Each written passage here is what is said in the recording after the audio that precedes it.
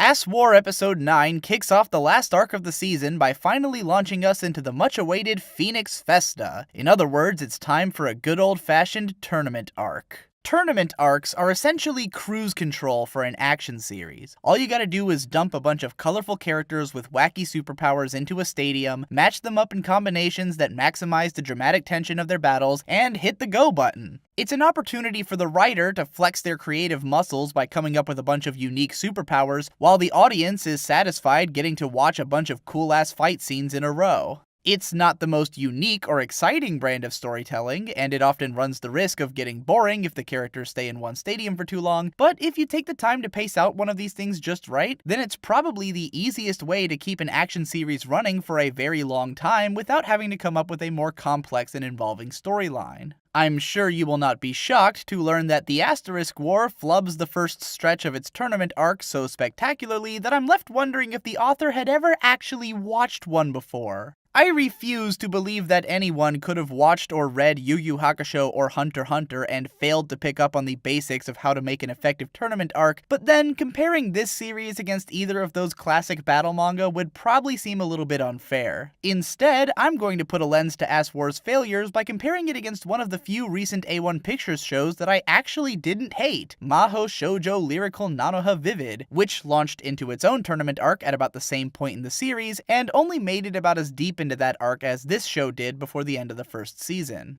There's really only a handful of basic elements that you need in order to make a tournament arc fun. First off, all of the characters need to have clearly defined reasons for their involvement in the tournament, which, if nothing else, this show actually has covered. Secondly, there has to be some strong dramatic rivalries among the characters, especially between the main character and whoever is set to be their final opponent. Lastly, all of the fighters need to have some kind of unique superpower and aesthetic, and every matchup has to be about showcasing how the two fighters' powers play off of one another. There are 3 different basic types of rivalries which can be used to keep a tournament arc feeling dramatic throughout its run. First off is the young hero versus the big bad strong dude. This is your Yusuke versus Toguro, your larger-than-life opponent whose power level is so incredible that at the start of the tournament it seems like there's no possible way that the main character could ever beat them. This dude will be lurking in the background throughout the entire arc, beating the shit out of lesser opponents left and right, and leading us to wonder if the main character can build up their skills enough throughout the early matches and be ready to take them on in the end.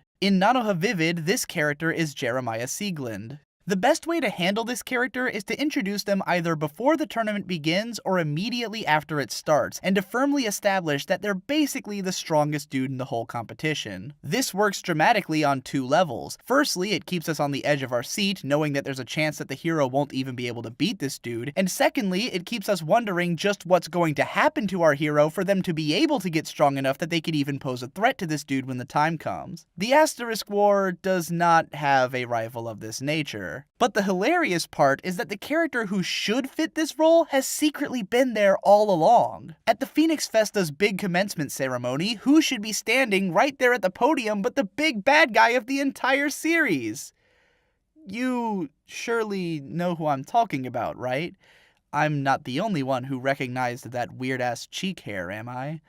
Well, if you're confused, then that's forgivable. You probably didn't watch that stupid-ass opening fight scene as many times as I did, but that's totally the guy who supposedly killed Ayato's sister. The fact that this guy still exists in any capacity at all makes it obvious that he's going to be important later, and at the very end of the season, we see him mysteriously picking up Haruka's glasses and saying some cryptic shit like how it's about that time. But if you're guessing that he's totally not going to show up at any other point in this arc, and that no one is going to draw any attention to him or point out that he's the guy from episode 1, then you're starting to get the hang of this by now. As the series is wont to do with all of its characters, it just tosses this guy out there and gives him a vague air of mystery so you'll wonder what his deal is, and then stashes him away for a big reveal to come at some point during season 2. Riveting. So neither Ayato nor Eulis ends up with any kind of big bad rival looming overhead during the tournament. And additionally, in one of the single most baffling lines of dialogue that I've ever witnessed in any anime ever, it is remarked that Ayato is legitimately the only #1 ranked fighter competing in the current Festa.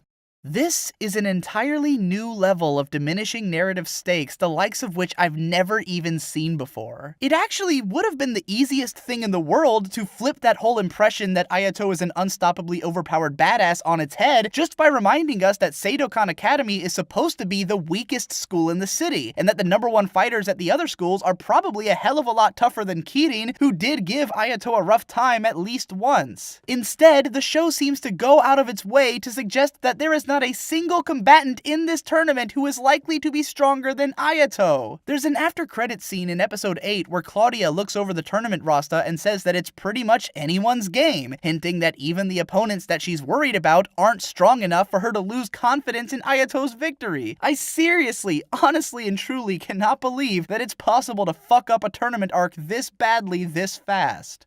So the second type of tournament rivalry is the hero versus their best friend. This is your Yugimoto versus Joey Wheeler, and the drama writes itself in this matchup. Both opponents want to win, but they also want their friend to win, so they decide that the only way to do right by both of them is to give it their all and to compete even harder than they would have before. Sometimes this match is saved for later in the tournament, and other times it's subverted by having one of the characters booted from the tournament before they get the chance to fight one another. In Nanoha Vivid terms, this would be the rivalry between Vivio and Einhard Stratos, a couple of best friends who are comparable in power level and desperate to prove themselves to one another in an official capacity. This rivalry is once again absent from the Asterisk War, in spite of having the characters for it right there. Episode 8 was a pseudo-filler episode mostly dedicated to establishing the new partnership of Kirin and Saya before their entry into the Festa. At the start of this episode, it was established that the pair basically pales in comparison to Ayato and Eulis due to their lack of chemistry, but after hanging out and sharing a heart-to-heart moment together, they up their game and start putting out training scores more comparable to their friends. However, in spite of this gesture, it is simply impossible to take Kirin and Saya seriously as any kind of meaningful rivals to Ayato and Eulis. Besides the fact that they are already playing catch-up in the first place, their role in the overall narrative is so flaccid, and their characters are so dedicated to playing second fiddle to Eulis, that a battle between them would almost come across as pathetic. We already know that Ayato can beat Kirin one-on-one, and while Saya has been mysteriously left unranked according to her dialogue in episode 8, it's hard to imagine that she's any kind of threat to this team either. Kirin and Saya feel like a complete joke across this entire arc, and they practically don't do anything besides get naked at random anyways. So lastly, we have the most common type of tournament rivalry, which is the grudge match between the main characters and their foils. The bulk of any tournament arc is going to consist of fights between the main characters and opponents of comparable power level who have got some kind of problem with them. Oftentimes, these grudge matches develop out of the characters realizing that their powers, personalities, and/or backgrounds either clash with or complement one another. Nanoha Vivid, for instance, has a lot of these, such as the battle between Vivio and Rinaldi Miura, in which they become friends by way of fighting because of their complementary techniques, or the grudge match between Victoria Dahlgruen and Harry Tribeca, whose personalities and fighting styles are polar opposites. Episodes 9 through 12 of the Asterisk War are focused on one of these grudge matches, while they set up another one in the background. Outside of all the time that they waste on characters flirting and seeing one another naked, episodes 9 and 10 are entirely dedicated to establishing the 4 main teams that we'll be following in this arc, by way of 5 quick little battles. A typical tournament arc will often start off with the main characters just blowing away some of the lesser opponents in the early matches, in order to establish how those characters compare to their competition. For instance, in Nanoha Vivid, we don't really have any context into how powerful Vivio and her friends are in comparison to the other fighters in their age group until we see them plowing their way through the preliminaries. The Asterisk War gives 2 of these types of matches to Ayato and Eulis, and 1 to Kirin and Saya, but in this case they were largely unnecessary. We were already aware that these characters were some of the strongest fighters in the city because of their ranks, and thanks to the announcement that Ayato is the only top-ranked fighter in the tournament, we can imagine that most of the other fighters won't be at his level. At this stage in the game, it would be far more important to establish which fighters might actually pose a threat to our main characters, and to start them all off with some heavy-hitting opponents, giving us the impression that the really strong guys are going to be on a whole different level from the ones at the bottom. Instead, Ayato wins his first match against 2 Randys in a single attack, with Eulis watching from the sidelines. Eulis herself then duplicates this success against a pair of random cute girls in the next episode. When the press comes to talk to them, Eulis tells Ayato that she wants to keep everyone in the dark about their strategies until the end of the tournament, meaning she's already completely confident that they're going to steamroll it. Likewise, Kirin and Saya make quick and easy work of their first opponents in between dicking around for like most of episode 10. There is no tension in this entire arc whatsoever. Meanwhile, we are introduced to our first pair of rivals in episode 9, a couple of robots built by the hyperactive girl who showed up in the previous arc and for whom the tournament's rules were apparently changed to allow them to compete. Forgive me for going on a tangent here, but these robot dudes could not more obviously have been based on the robot characters from Phantasy Star Online. I've been mentioning here and there all along that this show's design sense seems to borrow from that game, especially in the look of some of its weapons, but these things are just outright ripped off from it. It actually wouldn't surprise me if these homages to Phantasy Star Online were the direct result of A1 Pictures' involvement in the series. After all, the studio seems to have a pretty friendly relationship with Sega. 2014's Nanana's Buried Treasure, for instance, featured the titular character actually playing Phantasy Star Online 2 in some of the episodes, and the game itself has featured advertisements for A1 Pictures shows in the past. Not to mention that Sega were the ones who made Dengeki Bunko Fighting Climax, a game which features characters from tons of Dengeki Bunko light novels, including Sword Art Online and Ore no Imoto, which A1 Pictures did the anime for. It also featured stuff from Sega's own Valkyria Chronicles, for which A1 once again handled the anime adaptation. Oddly enough, the Asterisk War does not come from Dengeki Bunko at all, so whatever connection to Sega there might be here would probably be from A1 Pictures. Anyways, that's enough flexing my data brain for now. The Asterisk War attempts to establish these robot characters as sort of unique and quirky in comparison to what's typical of the show, but everything about them just weirdly falls flat. All that we learn from watching their battle against yet another pair of complete nobodies is that they've got really good defense and they're also pretty strong. After their match is over, Saya's dad calls her up to shout some technical jargon about how they can control more parameters or whatever than any typical human can, but since we don't know shit about all that shit, it doesn't really tell us anything. The robots also have some kind of weird comedy duo gimmick going on, where the guy robot is like loud and boisterous while the girl is a deadpan Tsukomi, but all of their dialogue just completely fails to entertain. Actually, the most memorable moment with these characters is when the guy robot asks his creator why the girl robot is always able to beat him even though he is supposed to be stronger, and the creator, who doesn't want him to know that the girl robot is supposed to be his limiter, lies to him that she literally programmed sexism into their code. It is a really bizarre sequence of dialogue.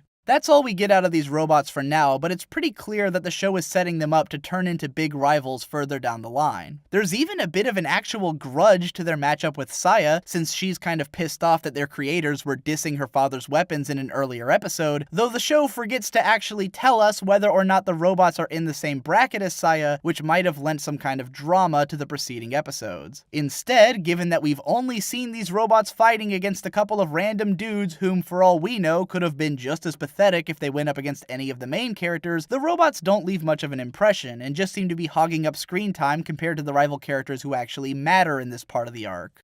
So then we've got Irene, and yes, that's how I'm going to pronounce her name, who is the central rival for this part of the arc leading up to the Season 1 climax. Our first encounter with her at the start of Episode 9 is when this fat guy, who I can't believe they wasted Tomokazu Sugita's voice acting talent on, lets her out of some kind of prison and puts her on a mission to go kill Ayato. Aside from her sort of outlandish character design, we aren't given any kind of impression of what she's actually like until the following episode, when Ayato and Eulis find her in the middle of a street fight, settling an old score with the very same guys that Eulis beat the shit out of back in episode 3. Irene has a bit of an attitude and seems to be pretty keen on fighting, but she gets reined in by her perfectly milquetoast little sister Priscilla, who also happens to be her tournament partner. Compared to everyone else in the show, Irene actually has some decently unique superpowers. She wields an enormous weapon called the Gravi Scythe, which has the power to intensify gravity for her opponents, and also it turns her into a vampire.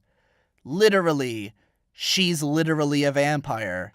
Irene's first tournament match against Lester and his lackey is one of the most poorly considered attempts at jobbing which I've ever seen. For those who aren't familiar with this concept, jobbing is when you take an established character, usually one whom we've seen fighting a few times, and typically a former rival of the main character who has since become one of their friends, and who is supposed to at some point have been roughly equivalent to the main character in power level, and then you have them get utterly stomped by the new adversary in order to show us just how strong that new adversary is. If this show had actually made any sense up until this point, then Lester would have been a perfect candidate for jobbing. He's a guy who started off hating the main characters and fighting against them, and then, after fighting with them against a mutual foe, eventually he sort of started hanging out with them. Or at least for some reason, Ayato seems really intent on befriending him. He's the kind of character who's just relevant enough to the show's history that we know who he is, but who's just inconsequential enough that you would expect him to lose at some point to a stronger opponent anyways. The only problem here is that Lester has already been established as a total pushover. He was introduced as some dude who Euless beat up 3 times in a row because he kept pathetically challenging her, and then he got royally stomped by his own lackey right before Ayato showed up and utterly laid waste to that very same lackey. Never once have we been given the impression that Lester could actually hold his own in this tournament, or that beating him could be considered a show of power. And even in spite of that, he manages to put up enough of a fight against Irene that she decides to get serious and to show off some of her more advanced abilities against him, which logically puts her closer to Lester's power level than it does to the absurdly high level of Ayato.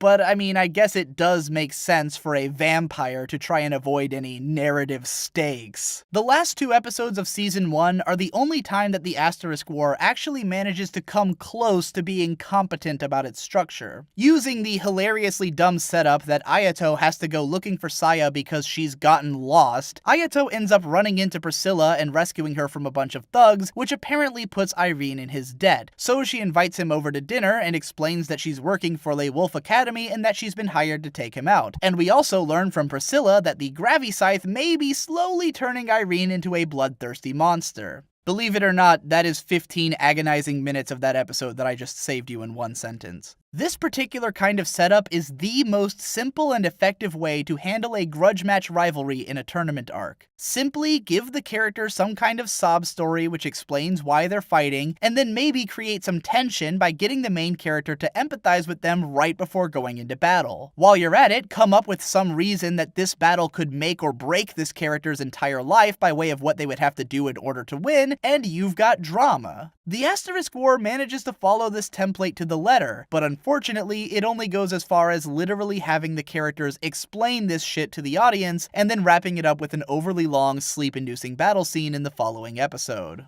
Irene and Priscilla's backstory is the kind of trite garbage that a hack writer could churn out by falling asleep on the keyboard. They come from a war-torn country, their parents tried to sell them off so they ran away, and then the dude from The Wolf, who I guess must be a lot older than the other characters, showed up and offered Irene to protect her sister as long as she would fight for him using the Gravy Scythe. This information is presented at nearly the same speed that I just rattled it off, and without any dramatic fanfare or emotional depth to actually get us invested in these characters. Now, in fairness, the most interesting thing that comes out of this arc is when Ayato pays a visit to Claudia's apartment one night and just conveniently receives a rude introduction to her secret powers. Claudia then explains that her weapon torments her by showing her nightly dreams of different ways that she might die, and that it typically drives its users insane. While this explanation is a little bit out of nowhere, and I don't think it really adds much of anything to Claudia's character, the idea that the most powerful weapons in this world come with different bizarre physical and psychological side effects is probably the closest thing that this show has to an interesting idea. I mean, it's not exactly original, but at least it could be used to develop the characters in interesting ways if we saw their minds and bodies deteriorating over the course of their battles. Of course, what this amounts to in the fight against Irene is simply that after she gets hit with a really big attack, she goes into high power mode and won't listen to reason anymore, so Ayato screams a lot and turns into a ping pong character and then breaks her Gravy Scythe.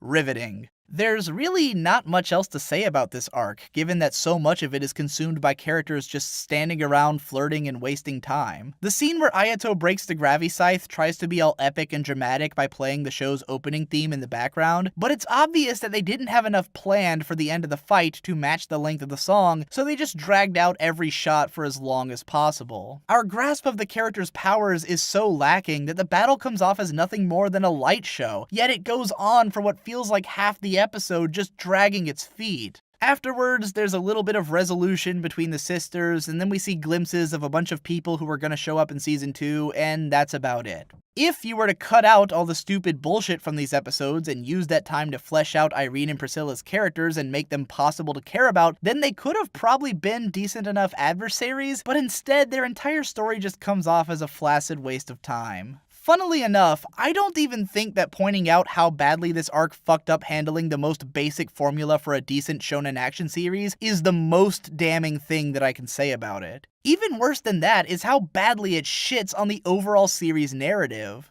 Remember how this was supposed to be a dark and conniving city where everything revolves around these deadly fighting contests called festas? Well, in the entire course of this arc, not a single person actually dies. In fact, no one even gets critically injured. At one point, one of the commentators mentions that the badges will automatically break if they register you as unconscious, meaning that there isn't any reason to kill anyone in the first place. I don't know if this was mentioned in the show itself, but I remember reading on the wiki that this was supposed to be a contest where even the audience wasn't safe, yet we clearly see in the final battle that there's an invisible barrier around the stage protecting the audience. At this point, it's hard to imagine that this competition is any more deadly than like an MMA fight. It wouldn't have even been hard to preserve the idea of this being a dark and deadly blood sport without killing anyone, just by having the audience react with disappointment when the main characters refuse to finish someone off. Instead, the crowd never does anything besides cheer for whatever's going on, even when Ayato ends a match in one move and you can't even see anything. And come to think of it, if the city completely revolves around these festas, and all of the schools exist to fight in these festas, and all of the students on this island are here because they have some kind of wish that they want to fulfill by winning these festas, then why the fuck is Ayato the only #1 ranked student competing in the festas?